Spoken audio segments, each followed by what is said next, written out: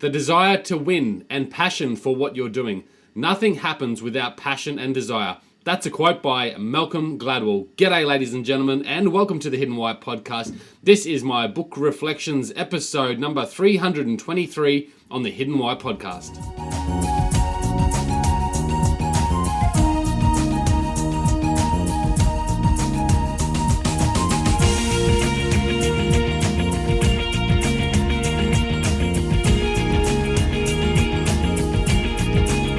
G'day, ladies and gentlemen, welcome to the Hidden Why podcast. Lee Munley, the host of the show, the Hidden Why guy, here to inspire you to live your life with greater passion and purpose. I do thank you for tuning in. I hope you're fantastic.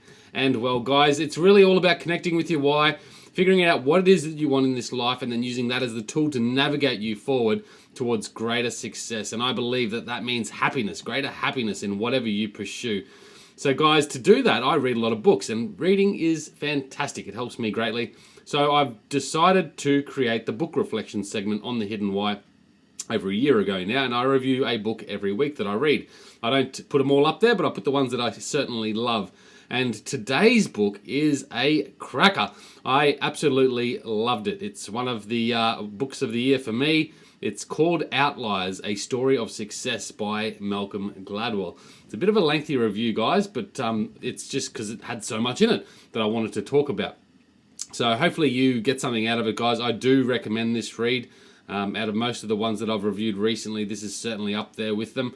So, pick up yourself a copy. You can go to thehiddenwhy.com to the show notes, episode 323. You can scroll down there and there'll be links to Amazon for the book itself. So if you want to get a hard copy, buy that. Using the Amazon link, guys, if you love the show, if you're a fan, it just helps support the show.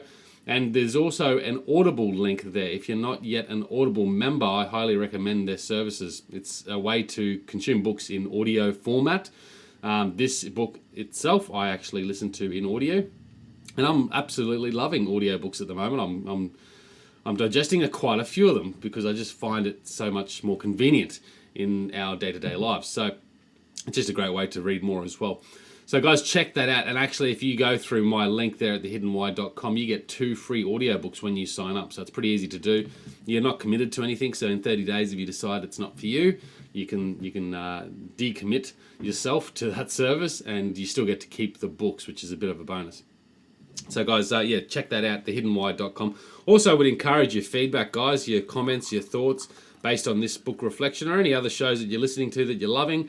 I'm always looking for ways to enhance and improve the format here at The Hidden Why, so I'd love to hear from you guys. You can do that by going to either Facebook or Twitter, probably best, and you can message me directly on those platforms, or you can just email me directly. My email address is available down the footer at thehiddenwhy.com as well, so check that out, thehiddenwhyguy@gmail.com. For those of you who have a good memory, it's pretty easy to remember. So this book, Outliers, A Story of Success by Malcolm Gladwell. It's an absolutely inspiring and insightful read, first of all. It's all about what makes success. Now, Malcolm Gladwell wrote this book out of his own personal frustrations. He was tired of the overly simple explanation of what makes someone or something a success. In his words, the successful are noted as being so because, they're really smart or they're really ambitious. The desire was to search deeper for the truth because, is it about being really smart or is it about being really ambitious? So he wanted to scratch his own itch and went out to research that further.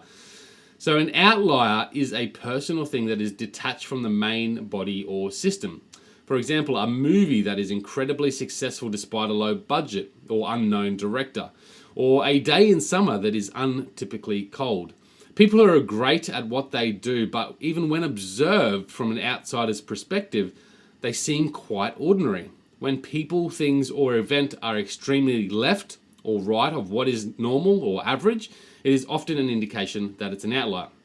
So that gives you a bit of a glimpse at what an outlier is. I love when people write or take action out of the need to scratch their own itch because they have passion behind it, and I think that's when some of the best work is done. And certainly this book is no exception. Gladwell has achieved a very purposeful, well-informed piece of work with Outliers. What is your definition of success? I believe it's important to have a solid understanding of this. not only to allow your definition to guide you, but not to be skewed by what we typically think of success. Prosperity and wealth, for example.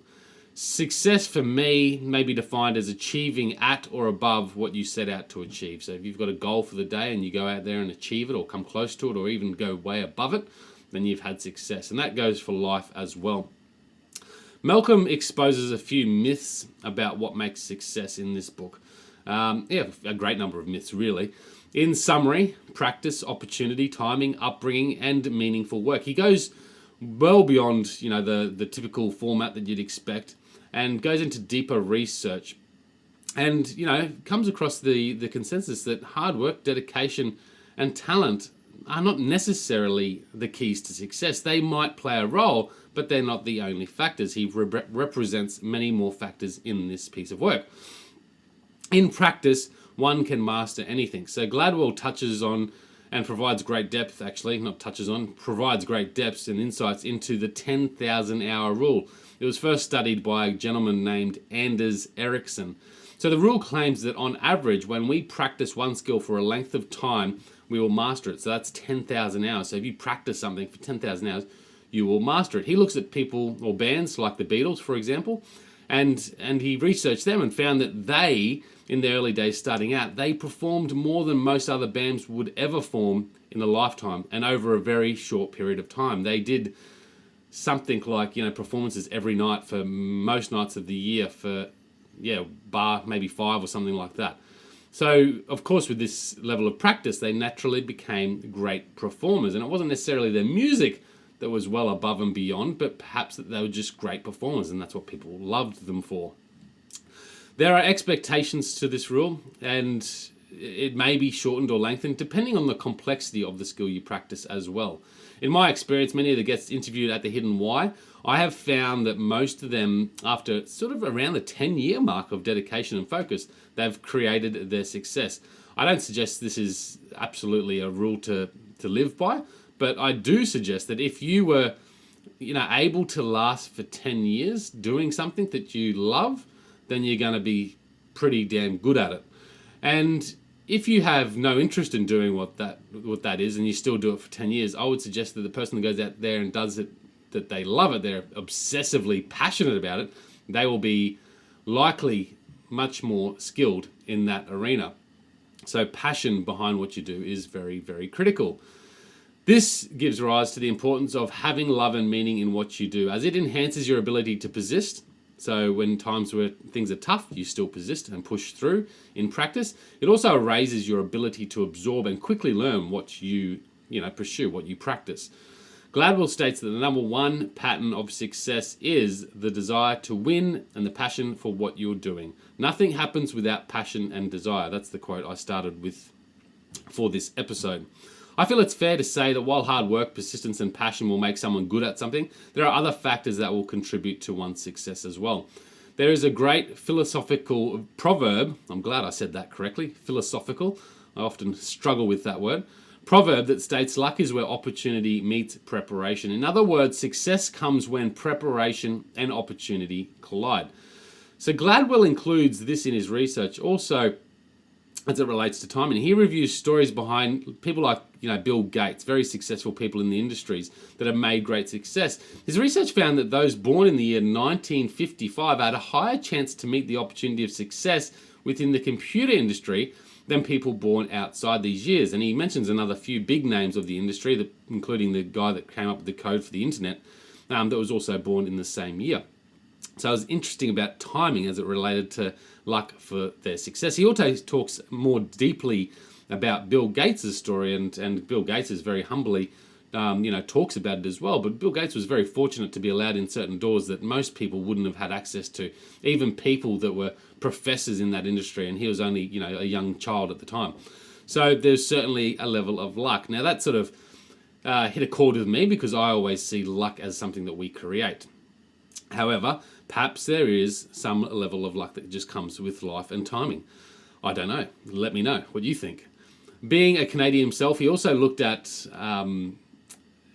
studies about hockey players and how the month they were born related to the likelihood of their success as a hockey player. He found that 40% of all elite players,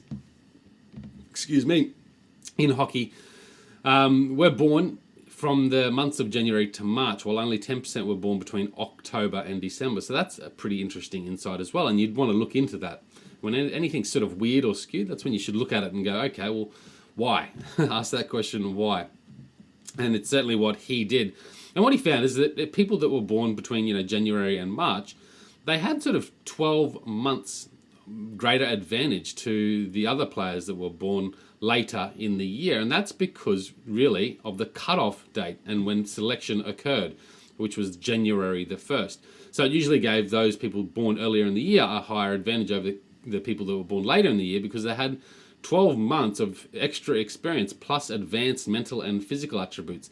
And that obviously assists them in their practice and help them progress more greatly. That's sort of fascinating insight as well. There is much more insight to this book than what can be reflected here, and it's definitely worth a read. He reviews why IQ alone will not bring you success, why being born in fortunate circumstances won't guarantee you success, but rather the advantages that they might bring you over those born in less desirable circumstances. And that's pretty true too. He looks at cultural differences and the secrets they provide about success, how parents that push their kids to question authority than just accepting things or being complacent or fearful of authority helps their kids grow up confident in pursuing positions of advantage. And that was important because I have 2 kids of my own. So really, pushing your kids to question authority, not just accepting things for as they are. Really interesting insight. If you are seeking insight into what might assist you in your success, this book will provide it. Malcolm has put together a masterful piece of work that will help you question your current perspectives, as it has done with me. It is not a book used as a reason to excuse yourself from achieving success you desire in life, but instead used as a tool to allow you to achieve the success you desire. That's how I see it anyway. That's my perspective. That's my book reflection on Outliers by Malcolm Gladwell, A Story of Success. Guys, I think you'd really enjoy it. Again, check out the show notes at thehiddenwhy.com, episode 323. The links for Amazon and Audible are there as well, so if you want to click on those, that'd be fantastic. Support the show. And again, I just encourage you to reach out, leave your comments, reach out to me if you have any further questions or thoughts or feedback for the show as well at thehiddenwhy.com. Guys, this is, along with all the episodes, available at THYTV, my YouTube channel. You don't get to see me speak in this one, but my other episodes I do speak now on camera as well. So just to mix it up, something that I've been trying for the last couple of months. So check that out. Guys, it's been a pleasure to have you here with me today. I hope you're really enjoying your day. I'm sure you'll enjoy this book. So go out there, get a copy, and see how it changes your perspectives. Thank you, guys. You know what to do. You need to go out there, breathe more passion into everything you do. Find more purpose in every single moment. And in doing so, you will discover your hidden why. This is The Hidden Why. My name's Lee Martin Lindsay. Until next time, peace, passion, and purpose. See you soon.